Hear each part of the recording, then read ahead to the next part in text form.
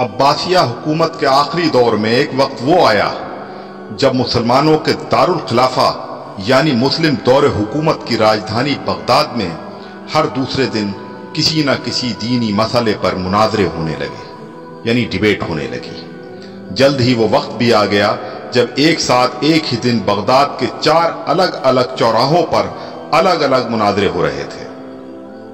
पहला मुनाजरा इस बात पर था कि एक वक्त में सुई की नोक पर कितने फरिश्ते बैठ सकते हैं। दूसरा मुनाजरा इस अहम मौजू पर था कि कौवा हलाल है या हराम है।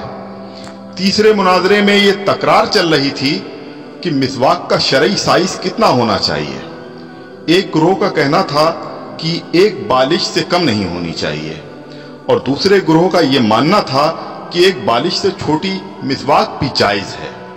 अभी ये डिबेट चल ही रही थी कि हलाकू खान की क़यादत में ततारी फौज बगदाद की गलियों में दाखिल हो गई और सब कुछ तहस नहस कर दिया। मिसवाक की हुर्मत बचाने वाले लोग खुद ही बोटी बोटी हो गए। सुई की नोक पर फरिश्तों की गिनती करने वाले लोगों की खोपड़ियों की मीनारें बन गईं जिन्हें गिनना भी मुमकिन नहीं था। कौवे के गोश्त पर बहस करने वालों के मुर्दा जिस्मों को कौवे नोच नोच कर खा रहे थे।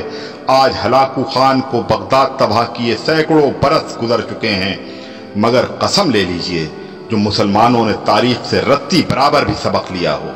आज हम मुसलमान फिर वैसे ही मुनाजरे सोशल मीडिया पर या अपनी महफिलों, जलसों और मस्जिदों के मेंबरों से कर रहे हैं। दाढ़ी की लंबाई कितनी होनी चाहिए या फिर पायजामे की लंबाई टखनों से कितना ऊपर कितना नीचे शरई एतबार से होनी चाहिए।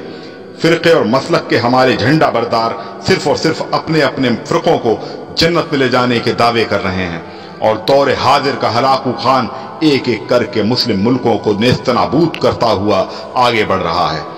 अफगानिस्तान, लीबिया, इराक के बाद सीरियाई बच्चों की कटी फटी लाशों की गिनती करने वाला कोई नहीं है। बेगुनाहों की खोपड़ियों के मीनार फिर बनाए जा रहे हैं। आदम की नस्ल के नौजवानों, बूढ़े बुजुर्गों की लाशों को कौवे नोच नोच कर खा रहे हैं और हवा की बेटियां अपनी अस्मत बचाने के लिए उम्मत की चादर का कोना तलाश कर रही हैं। जी हां, और हम खामोशी से अपनी बारी आने का इंतजार कर रहे हैं।